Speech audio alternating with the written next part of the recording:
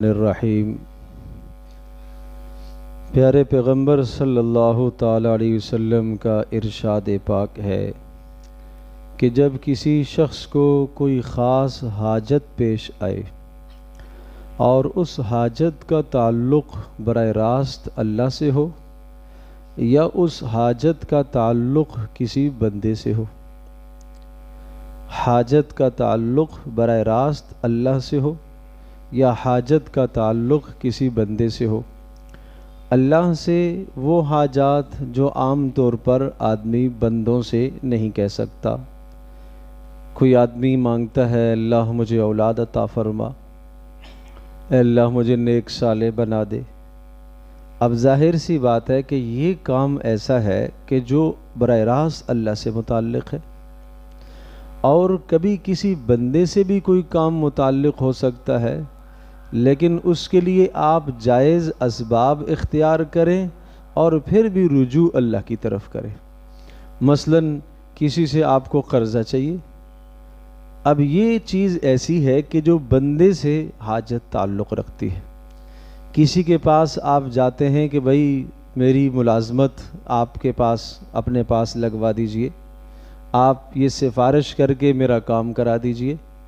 اب یہ حاجت بندے سے تعلق رکھتی ہے، تو اس حاجت کو بندے کے سامنے ظاہر کرنے سے پہلے بندہ اللہ کے نبی صلی اللہ تعالی وسلم کی تمنا اور چاہت یہ ہے کہ بندہ پہلے اللہ سے رجوع کر لے اور پھر اپنے اس بھائی کے پاس جائے۔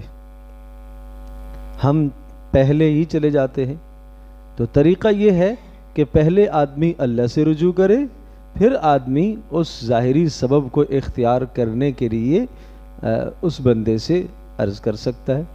بیماری آ گئی ہے، گھر میں کوئی بیماری آ گئی ہے، ظاہر ہے اس بیماری کے لیے آپ کو علاج معالجے کے لیے کسی کے پاس جانا پڑے گا، لیکن اس علاج معالجے سے پہلے اچھا ہے کہ آپ اللہ کی طرف رجوع کریں۔ شفا اللہ نے دینی ہے۔ لوگ کہتے ہیں نا فلاں کے ہاتھ میں بڑی شفا ہے، شفا تو اللہ کے ہاتھ میں ہے بھائی، یہ نہیں کہنا چاہیے۔ تو اس طرح سے آدمی اللہ کی طرف حاجت ہو یا کسی بندے سے متعلق حاجت ہو، تو رسول اللہ صلی اللہ علیہ وسلم نے ارشاد فرمایا پہلا کام تو یہ کرے کہ اچھی طرح سے وضو کرے۔ یہ اچھی طرح سے وضو کرنے کا مطلب یہ ہے کہ اگر آپ پہلے سے باوضو ہیں تب بھی دوبارہ کر لیں۔ ابھی آپ نے عشاء کی نماز پڑھ لی، آپ باوضو، اب کوئی ایسی حاجت پیش آ گئی ہے جس کے لیے آپ اللہ سے مانگنا چاہتے ہیں، تو ٹھیک ہے، جائز ہے کہ آپ اس وقت باوضو ہیں، 2 رکعت نماز حاجت پڑھ لیں۔ لیکن کوئی اہم امر پیش آیا ہے تو دوبارہ تازہ وضو فرما لیں۔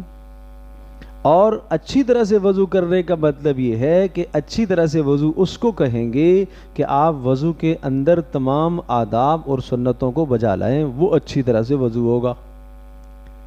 کام اسی لیے ہمارا نہیں ہوتا کہ وضو ہی اچھی طرح نہیں ہے۔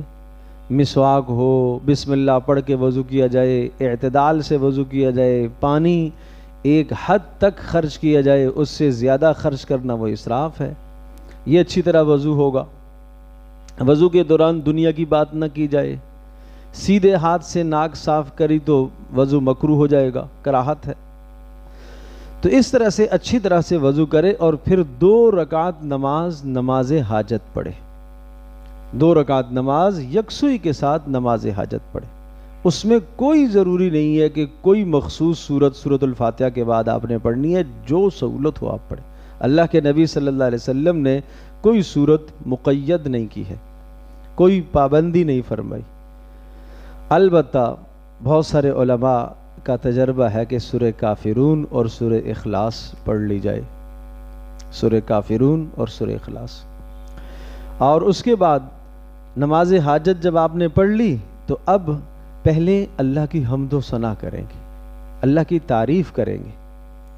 تو اللہ کی تعریف میں سورۃ الفاتحہ آپ پڑھ لیں، یہ ساری اللہ کی تعریف ہے، اور جو کلمے آپ کو یاد ہیں سبحان اللہ والحمد للہ ولا الہ الا اللہ واللہ اکبر، لا الہ الا اللہ وحدہ لا شریک لہ، یہ اللہ کی حمد کے کلمات ہیں۔ اللہ کی حمد اپنی زبان میں آپ کر سکتے ہیں، اے اللہ یہ آسمان تو نے بنائے، یہ زمینیں تو نے بنائی، اے اللہ تو نے مجھے بھی پیدا فرمایا، اے اللہ تو نے یہ نعمتیں عطا فرمائی، یہ نعمتیں عطا فرمائی. اس طرح سے اللہ کی تعریف کرو. پھر اس کے بعد رسول اکرم صلی اللہ تعالی علیہ وسلم پر درود بھیجو.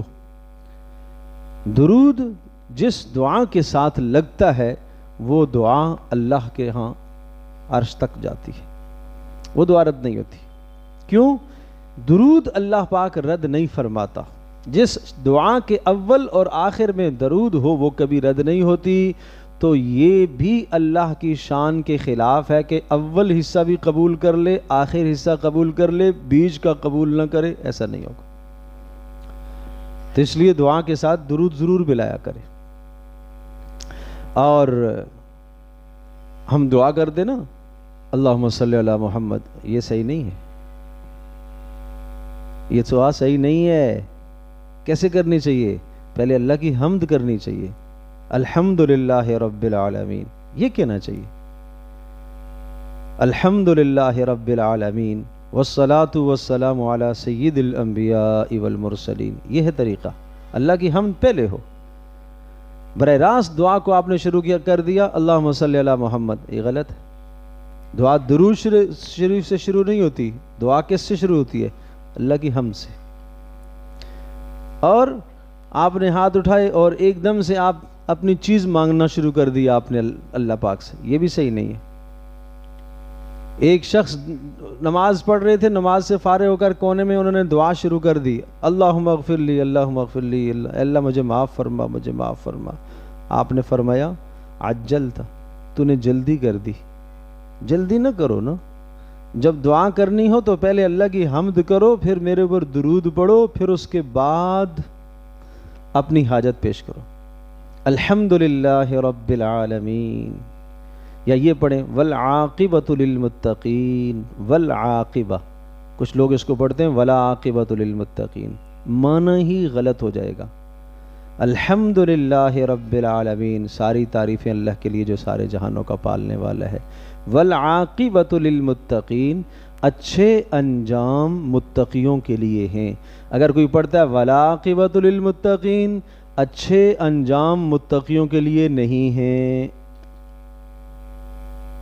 اچھے انجام متقیوں کے لیے نہیں ہیں، تو پتہ چلنا چاہیے کہ میں اللہ سے کیا مانگ رہا ہوں. بھائی میں اللہ سے کیا کہہ رہا ہوں؟ ولا عاقبۃ للمتقین نہیں، والعاقبۃ للمتقین. غلط جملہ ہے یہ، ولا عاقبۃ للمتقین. اس لیے سمجھو یہ. اس کے بعد پھر رسول اللہ صلی اللہ علیہ وسلم نے ارشاد فرمایا درود شریف پڑھے اور پھر یہ دعا پڑھے، لا الہ الا اللہ الحلیم الکریم.